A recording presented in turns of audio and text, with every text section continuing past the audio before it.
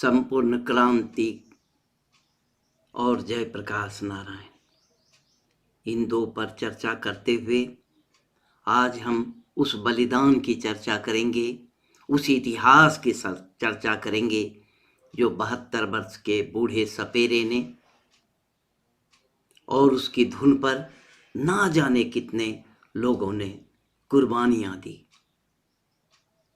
एक इतिहास को गढ़ने के लिए, एक लोकतंत्र के उज्जवल पक्ष को उजागर करने के लिए। आज उसके लगभग 47-48 वर्ष बीत चुके हैं। ऐतिहासिक संघर्ष की उस गाथा जिसने नक्शा ही नहीं बदला, इतिहास की धारा बदल दी, एक नए युग की शुरुआत होती है। जेपी कहते हैं यह संपूर्ण क्रांति है मित्रों, दूर बहुत दूर जाना है।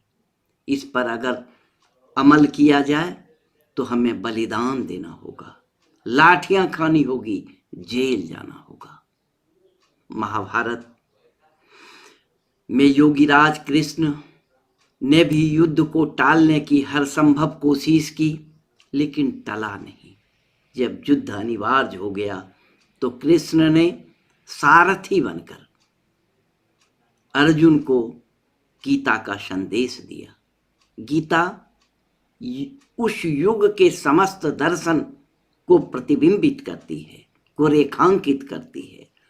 गीता में उस युग का दर्शन छिपा है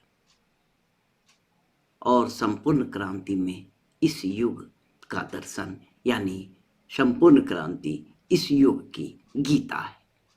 कारावास की कहानी में जेपी लिखते हैं, संपूर्ण क्रांति अब नारा है, भावी इतिहास हमारा है। कौन इतिहास? कब का इतिहास? क्या अब यह इतिहास एक व्यंग बनकर रह जाएगा? आसमान से सितारे तोड़ने चले थे, गिरे अब आके नर्क में। लेकिन दुनिया में सितारे तोड़ने वालों ने ही समाज में परिवर्तन लाया है। सितारे तोड़ने वाले नौजवानों के नेता, क्या गांधी की भावी प्रकाश जो है वह विलुप्त हो चुकी है? क्या जयप्रकाश नारायण के उस प्रकाश से फिर से ज्योति प्रज्वलित नहीं होगी?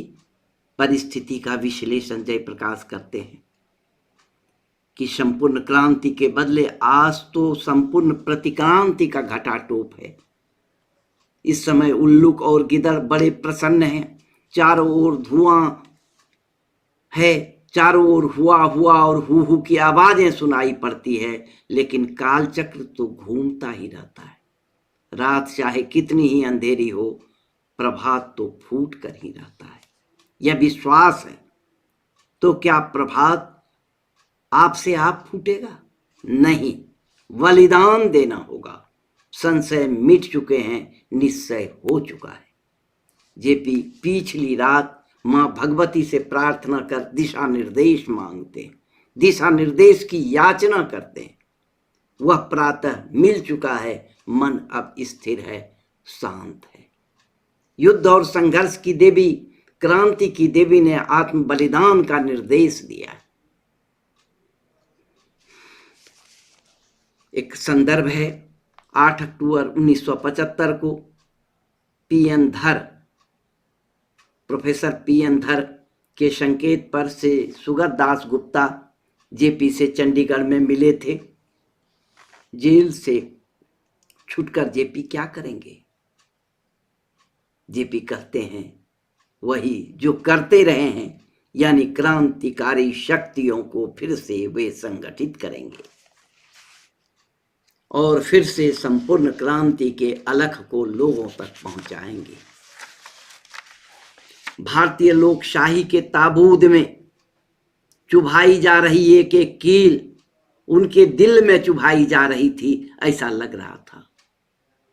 जयप्रकाश कहते हैं लोक शक्ति को जगाने का यह प्रयोग है, युवा शक्ति को राष्ट्र निर्माण में लगाने का प्रयोग है, सर्वोदय आंदोलन के तंतु को आगे बढ़ाने का यह आंदोलन है, लोकतंत्र की नींव को मजबूत करने का यह प्रयोग है।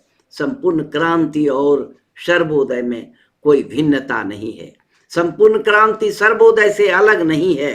लोक योग को लोक योग्य बनाना का यह पुरुषार्थ है। इसमें पुरुषार्थ लोक योग्य को लोक भोग्य बना सकें, यह पुरुषार्थ करना है। आचार्य राममूर्ति लोकतंत्र को रिस्पॉन्सिबल बनाना चाहते थे, पार्टिसिपेटरी बनाना चाहते थे, ट्रांसपेरेंट बनाना चाहते थे। वही बापू ने हिंद स्वराज में अभिव्यक्त किया है। यानी ग्राम स्वराज और संपूर्ण क्रांति का भावार्थ एक ही है।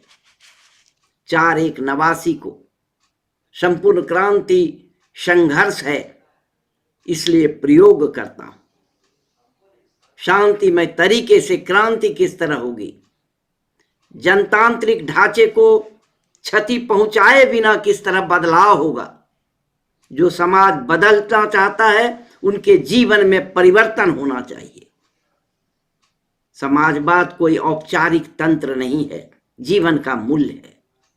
समाजवादी संस्कृति, सभ्यता और समाजवादी मनुष्य के निर्माण की विधा है संपूर्ण क्रांति। जन भागीदारी को मजबूत करना चाहते थे जेपी।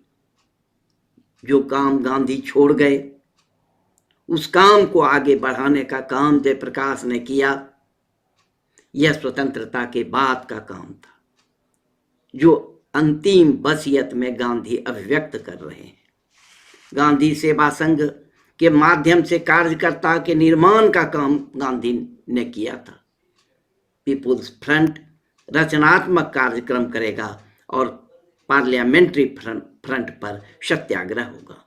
सामाजिक, आर्थिक, राजनीतिक, सांस्कृतिक, वैचारिक और बौद्धिक क्रांति, शैक्षणिक, नैतिक अथवा आध्यात्मिक क्रांति, ये 7 आयाम क्रांति के हैं। सप्त सिंधु की बात हमारे यहाँ है, सप्तऋषि की बात है, सप्तलोक की बात है, 7 रंग की बात है, दिन भी 7 होते हैं। यह संपूर्ण क्रांति समग्र क्रांति है, सतत क्रांति है, पूर्ण क्रांति है, संपूर्ण क्रांति है। क्रांति जड़ नहीं है, आरोहण की प्रक्रिया है। जिसने सपना देखना छोड़ दिया वह कभी क्रांति नहीं कर सकता। जेपी इतिहास की राजनीतिक क्रांतियों से अलग गांधी और अहिंसा के द्वारा क्रांति संपूर्ण, समग्र और सतत क्रांति की धारा प्रवाहित कर रहे हैं।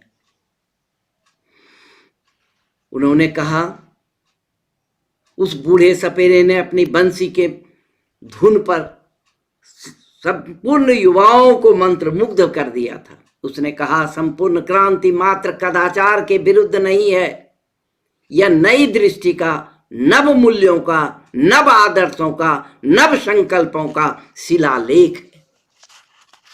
यह नव संकल्पों का शिलालेख है। 1947 से आज तक का समाज हम समझ रहे हैं कि प्रगति कर रहा है। देशज ज्ञान की बात नहीं हुई, राष्ट्रीयकरण की बात चलती गई, मिश्रित अर्थव्यवस्था की बात आई, कल्याणकारी राज्य की अवधारणा आई और 1991 के बाद तो देश शहरीकरण की ओर बढ़ गया है, भूमंडलीकरण की ओर बढ़ गया है। बहुराष्ट्रीय कंपनी के जाल में, मकर जाल में देश और दुनिया फंसती चली जा रही है।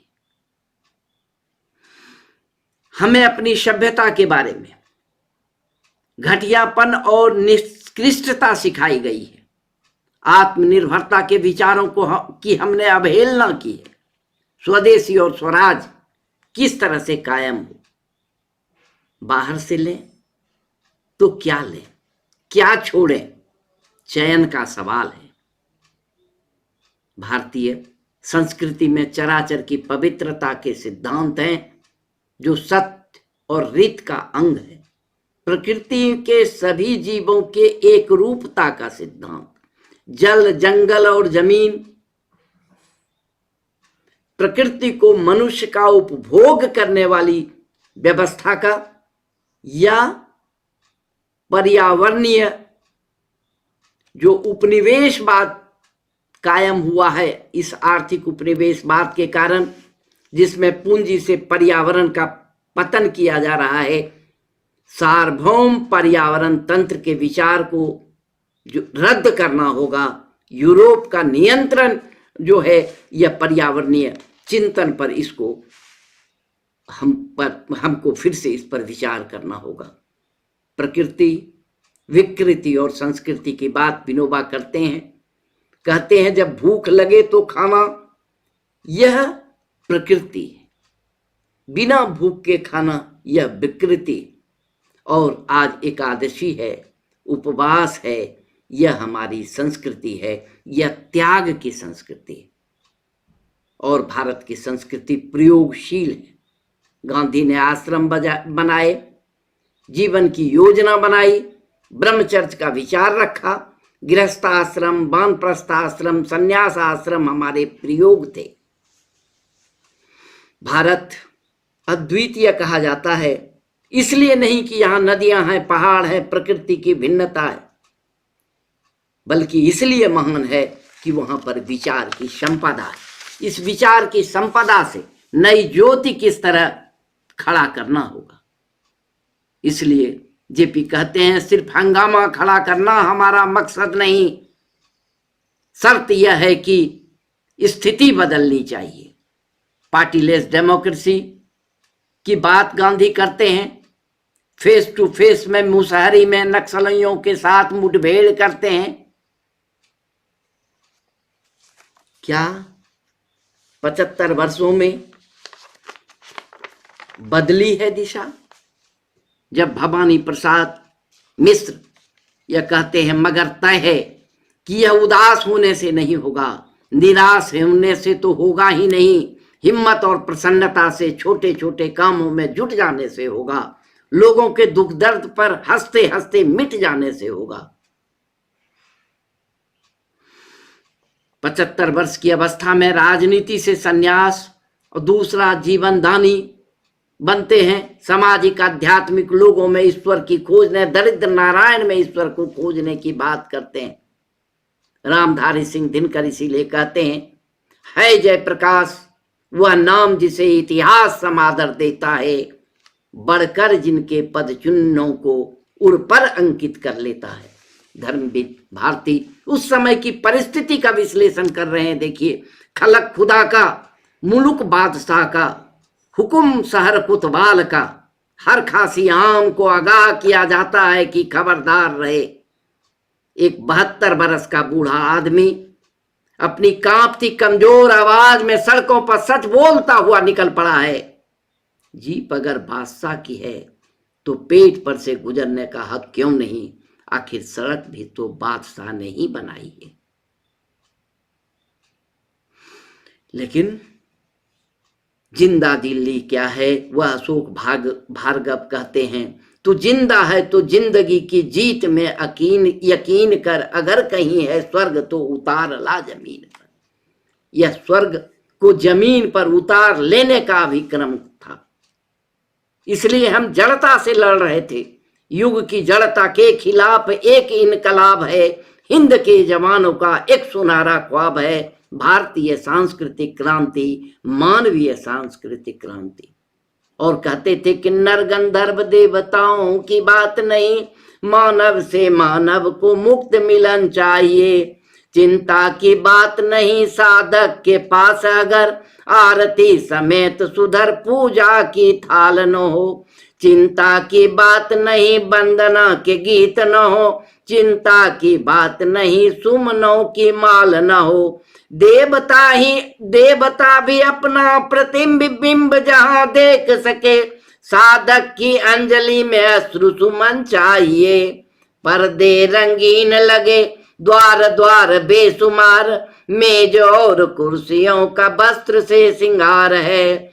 पूजते पाषाण यहाँ भूखे भगवान नहीं, नफरत इंसानों से श्वानों से प्यार है। इस तरह के गीतों से ललकारते हुए उस समय की जो क्रांति का बिगुल बजा था, वह क्या था? जेपी कौन थे जो कहते थे कि मैं न तो साम्राज्यवाद का विजय चाहता हूं न नाजीवाद का ही। भारत को ब्रिटिश साम्राज्यवादी ताकत से लड़कर इसका अंत करना है। ऐसा करके ही हम विश्व में शांति व समृद्धि में योगदान कर सकते हैं। 1948 के नासिक में आयोजित अखिल भारतीय समाजवादी सम्मेलन में उन्होंने कहा कि समाजवाद को गांधीवाद के नजदीक लाने की कोशिश करनी होगी, साधन की शुद्धता पर बल देना होगा, लोक शक्ति में विश्वास गांधी का था। इसीलिए कृषि प्रधान देश में समाजवाद का अर्थ भूमि का सामुदायिक स्वामित्व और उसकी व्यवस्था है। ग्रामदान व्यक्तिगत स्वामित्व का विसर्जन है। नागा समस्या यह दूर करने में या चंबल घाटी में वहां के जो बागी थे उनके समर्पण में भी जयप्रकाश की महत्वपूर्ण भूमिका रही है। लेकिन आज हम इसलिए जयप्रकाश को याद कर रहे हैं कि जिस भुखमरी, गरीबी, भ्रष्टाचार और बेकारी, इन 4 मुद्दों पर संपूर्ण क्रांति की बुनियाद रखी गई, छात्र आंदोलन प्रारंभ हुआ, उन मुद्दों का क्या हुआ? क्या आज फिर से उन मुद्दों पर हम संगठित होकर लोक शक्ति का, जनशक्ति का एक नया अभिक्रम पैदा करने की कोशिश कर सकते हैं? आज गांधी नहीं है, जयप्रकाश नहीं है, लोहिया भी नहीं है, विनोबा भी नहीं है। ऐसी स्थिति में क्या सामूहिक नेतृत्व का कोई प्रयोग देश और दुनिया में हो सकेगा? पंथ और बंध इन दोनों से मुक्त होकर जब बिहार की सड़कों पर युवा निकले थे तो उस समय उनके सामने एक भविष्य था बिहार के निर्माण का, भारत के निर्माण का।